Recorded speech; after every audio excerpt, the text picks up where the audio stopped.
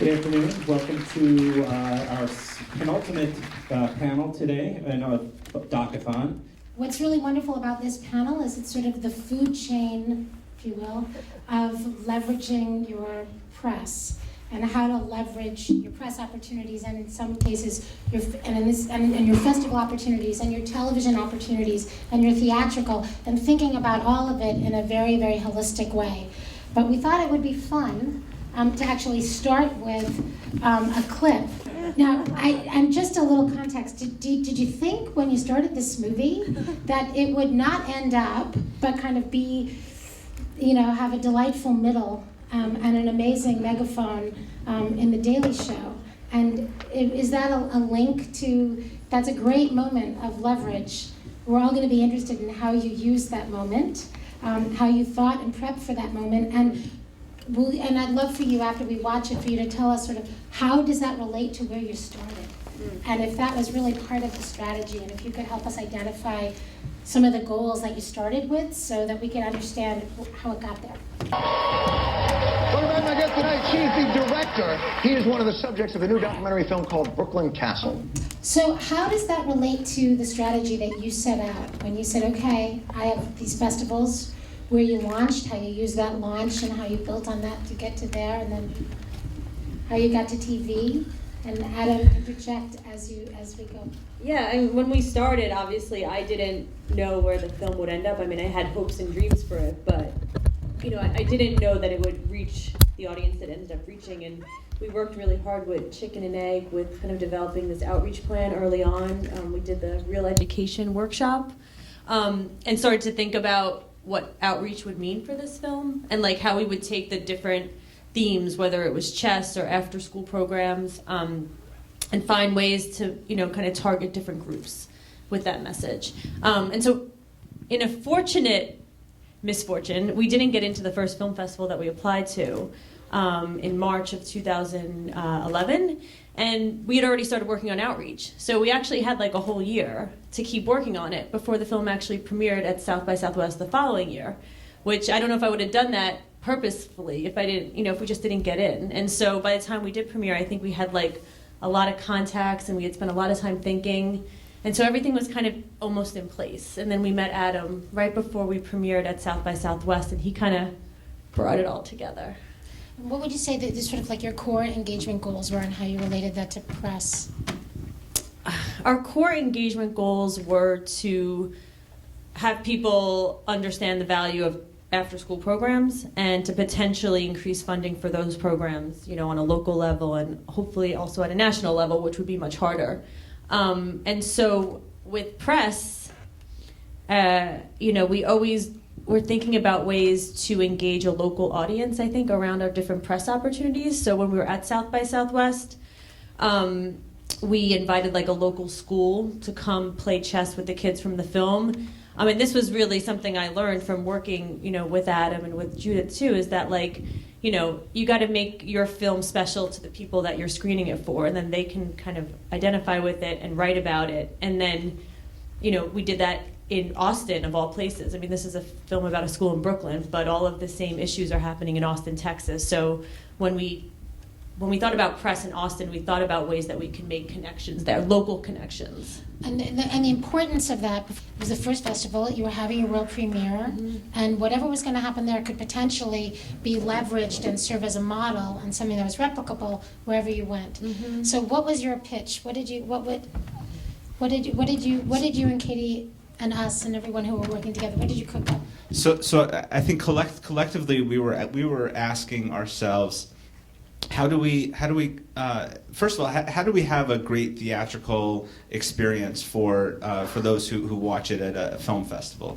But after that, or at the same time, we were focused on how can we either universalize the message of the film or make it more applicable to audiences around the country or around the locations of the major film festivals.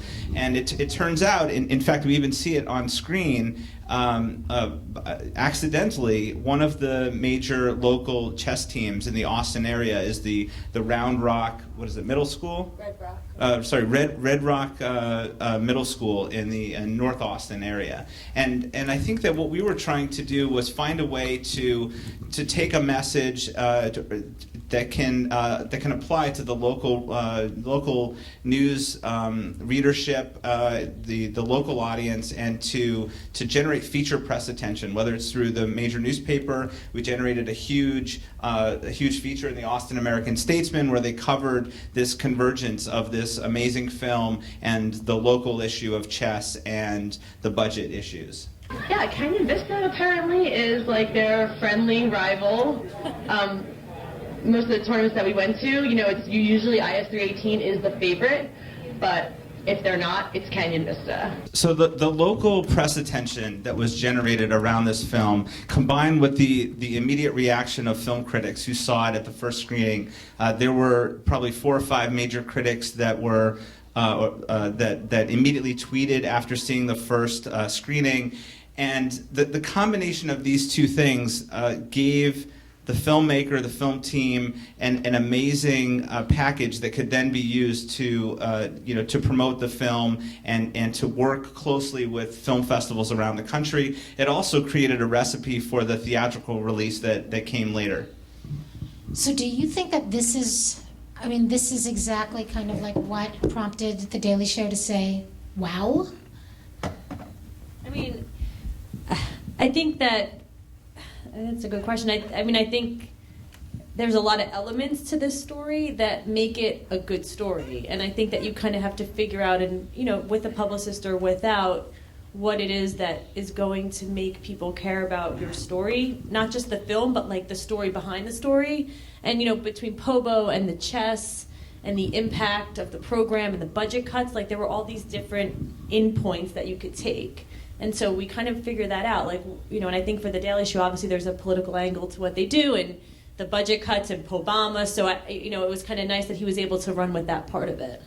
So we're going to move to television in a second, but so each one of those little points offered an opportunity for you to find a relevant, resonant, related kind of, let's just call it, because I like to call it that, sacred geography for either film festival circuit or even where you went for your theatricals. Mm-hmm. So would you say every single film festival and every theater you tried to do an event or a stunt or something that made the local connection so the press had to address the same issues locally? Yeah, so after we premiered at South by, we had about 12 other festivals we were going to, and in each festival, in each city that we went to, we reached out to a local school or a chess program or an after-school program.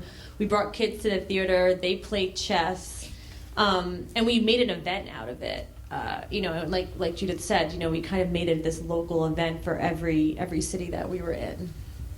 So is that something that attracted POV when you all decided, okay, we're gonna make POV a home for Brooklyn Castle on television? Well, we think about every film in terms of what are the conversations that can happen around it. And just in the context of, how we feel about press. It's not necessarily that we're doing the things that we do to get someone to cover it. Some of those things happen naturally, and obviously all press is good for many reasons. But, we think about having the ability to have content-rich conversations and to be able to do, and I'm learning a lot from this conversation already, but a lot of the same things, getting the films out into the community. We also have the benefit of having PBS stations, so they can help us leverage their local press as well.